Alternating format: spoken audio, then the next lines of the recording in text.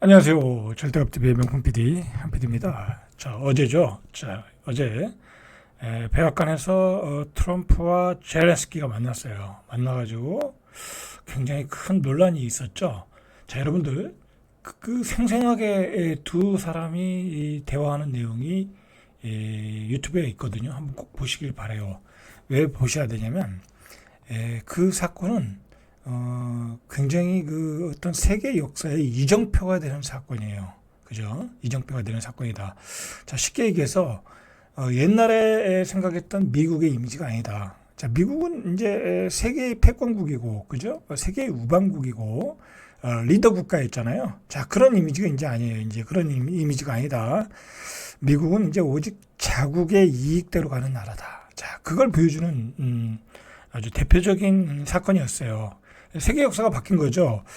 자, 그러면서 이제 하는 얘기가 뭐냐면, 지금은 미국의 전략이 바뀌었고, 얄타 회담 2.0이라는 거야. 얄타 회담 1.0이 뭐예요? 냉전 시대를 시작한 거죠. 영국의 처칠, 그 다음에 루즈벨트, 그 다음에 스탈린. 이 세 나라가 모여가지고 이 세계를 뭐라 볼까요? 뭐 양분했다고 할까요? 자, 그러면서 냉전이 시작됐는데, 자, 이제 중국, 뭐 강국이잖아요. 그다음에 러시아, 그다음에 저기 미국. 자, 이 세 나라가 모여서 뭐랄까요? 세계의 어떤 분쟁을 조정하는 뭐 그런 역할을 한다. 자, 그래서 얄타 2.0이라는 거예요. 그런 그 사건을 보여준 게 젤렌스키와 트럼프의 경론, 그죠? 무례함. 뭐 그런 사건이었던 거예요, 여러분들. 굉장히 의미가 있었던 거죠. 뭐 젤렌스키 입장에서는 당연히 자기가 요구할 걸 요구를 했는데 이제 먹히질 않는 거야. 그죠? 트럼프가 가지고 있는 정책, 미국의 그 화이트 하우스가 가지고 있는 정책이 이제 이 유럽을 우방으로 보고, 그죠? 나토의 뭐 형립격으로 보고 이제 그런 게 아니라는 거예요. 이제 미국은. 자, 그래서 지금 오죽하면 미국은 제일 그 뭐랄까요, 우방에서 좀 배제하고 싶은 나라가 유럽이라는 거야. 유럽을 자기가 데리고 갔는데 이건 너무 돈만 많이 들고 자기들은 돈 하나도 안 쓰고, 자, 그래서 유럽을 배제하고 러시아를 끌어들였다. 그게 미국의 국익에 더 이익이 된다는 거야. 끔찍한 얘기죠. 그죠? 자, 우리가 생각하고 있는 그 논리가 다 깨졌어요. 그죠? 러시아, 중국은 공산국가, 우리의 적인데, 이제는 러시아와 물론 이제 중국은 이제 적대국이고, 미국의 입장에서는 러시아와 미국이 한패거리가 돼서 중국을 좀 따돌려 볼까, 그런 게 미국의 전략이고, 뭐 유럽의 뭐 어떤 그 안보에는 관심이 없다. 그냥 니들은 니들대로 알아서 먹고 살아라. 자, 이런 판이 달라졌다. 개념이 달라졌다. 그게 바로 젤렌스키와 트럼프의 그 미팅이었어요. 여러분들 거 꼭 한번 보세요. 굉장히 역사적인 사건이에요. 역사적인 사건. 그리고 앞으로는 미국, 러시아, 중국 이 삼국 체제가 얄타 회담 2.0에 대해서 어떤 세계적인 그 이제 뭐랄까요? 논의를 좀 중요한 이슈들을 만나서 논의하고 그러지 않을까 생각이 되네요. 자, 여러분, 어제 이런 일이 있었어요. 중국이 호주 앞바다에서 실탄 사격을 했다라는 거야. 자, 호주 앞바다는 미국의 뒷마당이에요. 미국의 뒷마당. 거기 이제 뭐 하와이도 저쪽에 있고, 괌도 있고, 그리고 남태평양, 그죠? 남태평양을 미국의 나와버린데 얘네들이 중국 애들이 와가지고 실탄 사격을 했어. 의도적으로 그러는 거죠. 미국을 자극하는 거죠.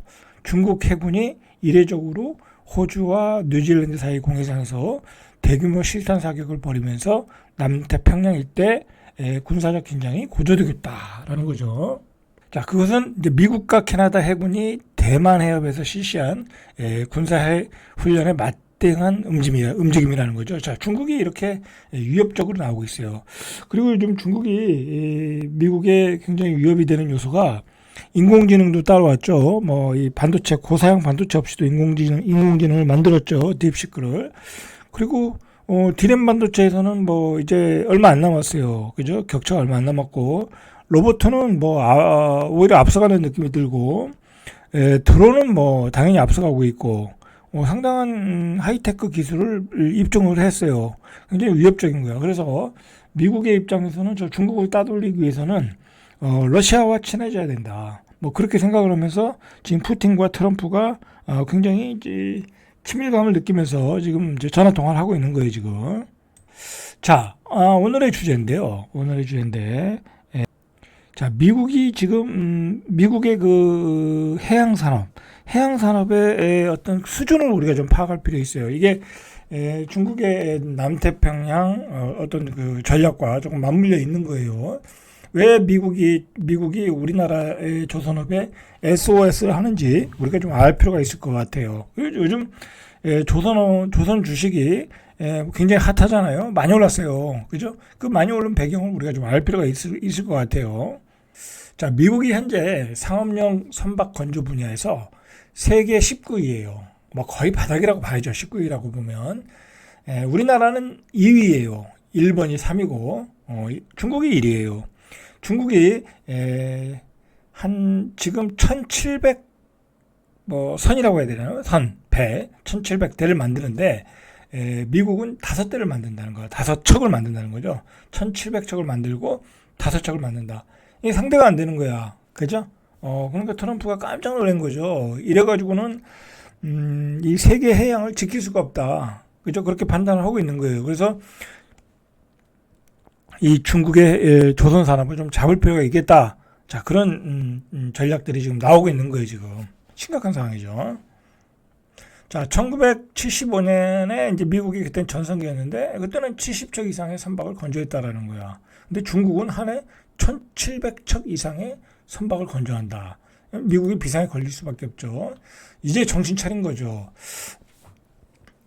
자, 비영리 노사협력 단체인 미국 제조연맹 스콜 폴 회장은 우리는 중국에 너무 의존적이라며 생산 능력 증가는커녕 조선 능력이 거의 없다.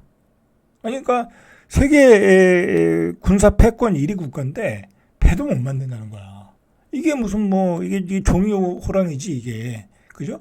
그래서 이거는 초강대국으로서는 절대 용납할 수 없는 수준이다. 그죠? 왜 그렇게 했어요? 무관심했던 거죠. 무관심했던 거지. 자, 반면에 중국은 조선업을 굉장히 키웠어요. 정책적으로. 막 엄청난 지원을 하면서 키웠어요. 이제 그게 불공정결에 걸린 건데, 그러면서 조선 해양 분야를 지배하면서 해양 패권을 가져가겠다라는 걸 미국이 파악한 거예요, 지금. 자, 지난 30년 동안 대부분 달성했다고 USTR 미국 무역협회죠. 자, 그걸 평가했어요. 그러니까 이 무역협회에서 보니까 연구 보고서를 냈는데 중국은 이미 조선 해양 분야를 지배했다. 세계를 지배했다라는 거예요. 세계 1위라는 거잖아요. 그죠? 그리고 연 1700척을 만들어낸다. 이 조선 산업도 잘 되고, 자국의 항공모함, 그 다음에 잠수함, 그런 것도 만들어낼 수 있다라는 거예요. 자, 이런 것들이, 이 문제가 뭐냐면, 공정하지 않다. 그리고 시장의 어떤 지향적인 경쟁을 저해하고 있다. 그리고 경제 안보에 위험을 주고 있다, 중국이. 그렇게, USTR, 미국의 무역협회는 보고서를 냈어요. 많은 연구를 했다라는 거예요. 그래서 이런 결과가 미국 산업의 최대 장애가 되고 있다라고 지적을 한 거예요. 자, 그런데 우리가 한번 생각을 해봐야 돼요. 왜 미국이 조선업이 이렇게 쇠퇴를 했을까? 자, 이것도 의미심장한 얘기가 있더라고요. 자, 미국이 경쟁력을 잃은 것은 아이러니하게도 자국 산업 보호를 했기 때문이라는 거야. 그죠? 자국 산업을 보호했기 때문에 미국의 조선업이 쇠퇴했다라는 거야. 1920년 상선을 대상으로 미국 내에서 건조된 선박에 한해서만 미국 내 해상 운송을 허가한다고 규정한 존슨법이 대표적이다. 그러니까 자국 내에서 건조한 선박만 미국 내 해상 운송을 허가한다. 그 얘기는 뭐예요? 그러니까 자국에 있는 조선 업체들이 이 경쟁력이 떨어지는 거야, 자꾸. 해외와 경쟁을 안 하다 보니까 가격 경쟁력에서 떨어져. 그죠? 기술 경쟁력에서 떨어져. 그러다 보니까 오히려 미국에서 만들 배들을 해외 나가서 만들고 있더라는 거야. 그죠? 오히려 이렇게 자국을 보호하려는 법이 그 국가 경쟁력을 떨어뜨리고 조선업 경쟁력을 떨어뜨렸다라는 거예요. 그죠? 그건 뭐 트럼프의 관세 정책도 마찬가지겠죠. 그죠? 자, 1965년과 68년에는 미 군함을 겨냥해서 미국 선박과 주요 부품은 외국 조선소에서 건질 수 없다. 그러니까 이제 미국의 이 군함들, 그죠?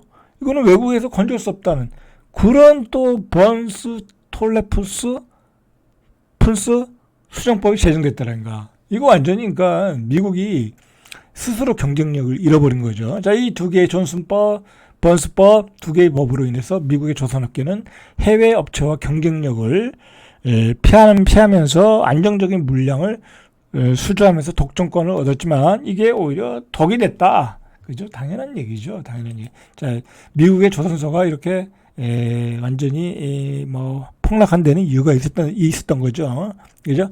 자, 미국의 조선소는 전성기에 400여 곳에 달했지만 수주 잔고가 있는 곳은 지난해 기준 21곳에 불과하다. 경쟁력이 없는 거죠. 가격 경쟁력도 없고 기술 경쟁력도 없고. 자, 영국 조선업 시장조사업체 클라크슨 리서치에 따르면 지난해 발주된 선박 2,412척 가운데 미국이 수주한 것은 12척이다. 그죠? 자국의 사람들도 자국의 기업들도 미국에 맡기질 않는다라는 거죠.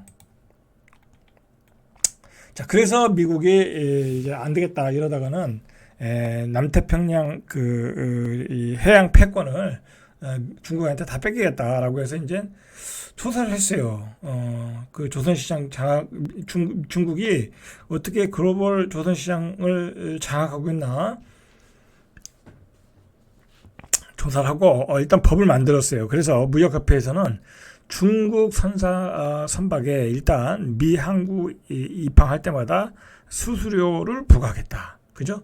미 제품, 미 선박 통해서만 수출해라. 라는 거죠. 그죠? 미국에서 만든 배로만 수출을 해라. 라는 거죠. 그죠? 이건 뭐 완전히 뭐 불공정 무역이죠. 그죠? 들어오는 배마다 중국에서 만든 배에다가 뭐 과태료를 부과하겠다라는 거잖아요. 그죠? 그래서 중국이 강력히 반발하고 있는 거예요, 지금. 자, 이런 상황으로 갔던 거예요.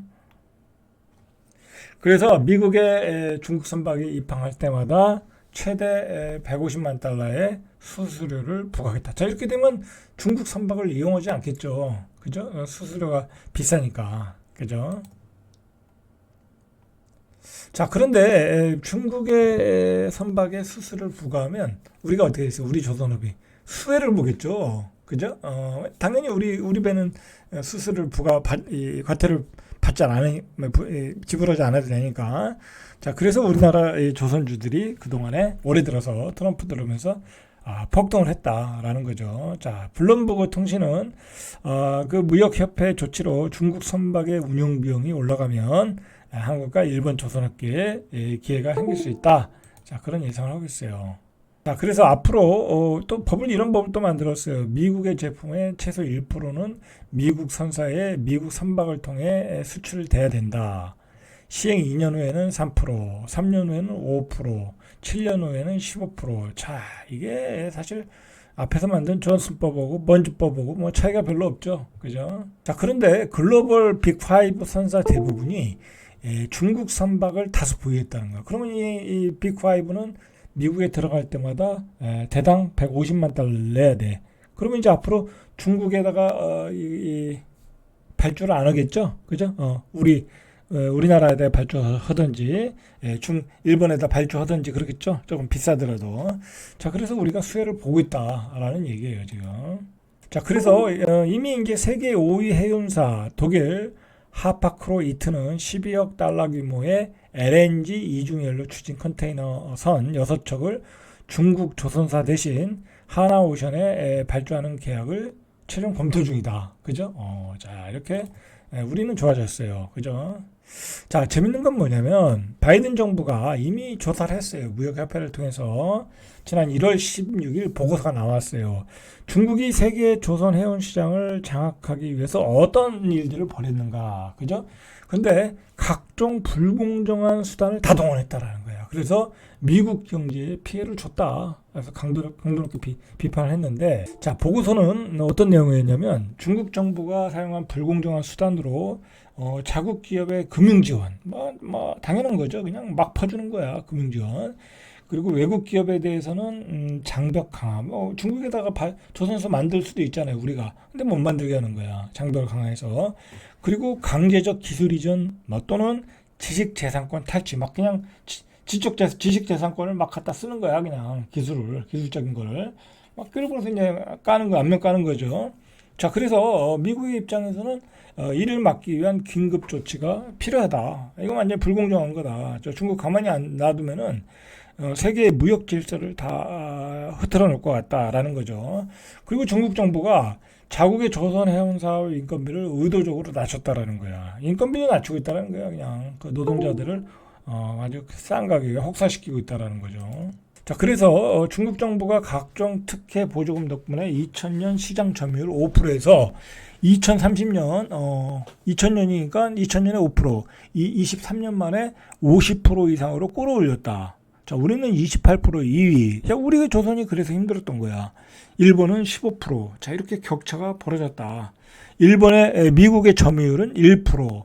바로 이런 배경에는 중국의 불공정한 지원, 그죠?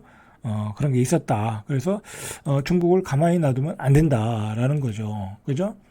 자, 미국 전략국제문제연구소 CSIS에 따르면 중국은 지난 10년간 구축함을 23척을 건조했다. 구축함 23척을 건조했어요. 그죠? 이제 엄청난 발전된 기술을 가지고.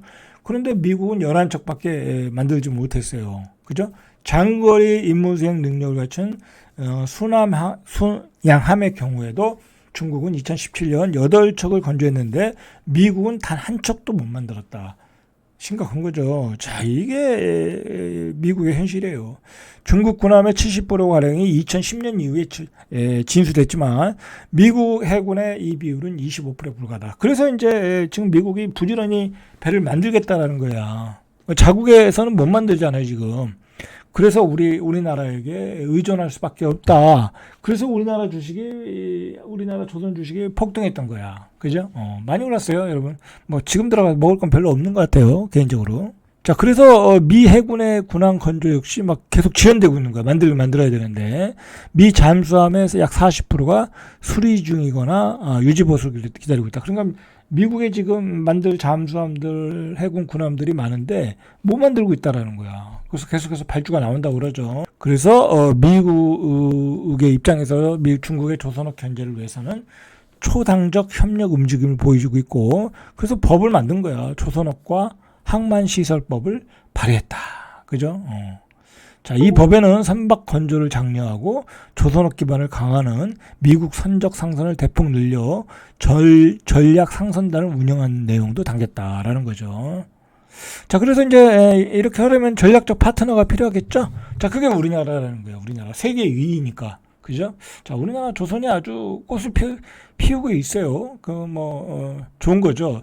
그러니까 우리나라가 지금 방산업도 세계 한 3위 정도. 그죠? 미국의 입장에서는 우리나라와 같이 협력 파트너로 가지 않을 수가 없는 거예요, 지금. 그죠? 자, 우리나라가, 여러 가지로 좀 힘들잖아요. 그죠?